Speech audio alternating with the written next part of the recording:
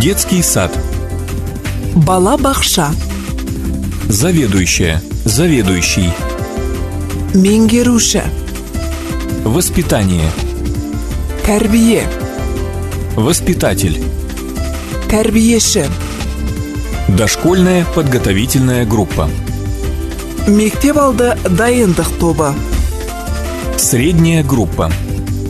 Орта топ. Младшая группа. Сәбилер тобы. Ходит ли ваш ребенок в детский сад?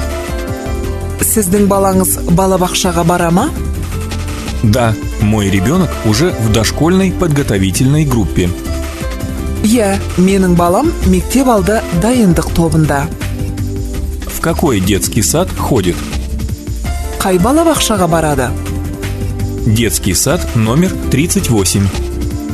Нөмірі 38-ші балабақшаға. Как называется этот детский сад? Ол балабақша қалай аталады? Детский сад Ер-Тарғын. Балабақша Ер-Тарғын деп аталады. Ваш ребенок хорошо знает казахский язык? Сіздің балаңыз қазақ тілін жақсы біле ме? Конечно, мы стараемся и дома говорить на казахском языке. Әрине, біз үйде де қазақ тілінде сөйлеуге тырысамыз. Ваш ребенок, наверное, уже и писать умеет? Балаңыз жазуды да үйреніп қалған шығар.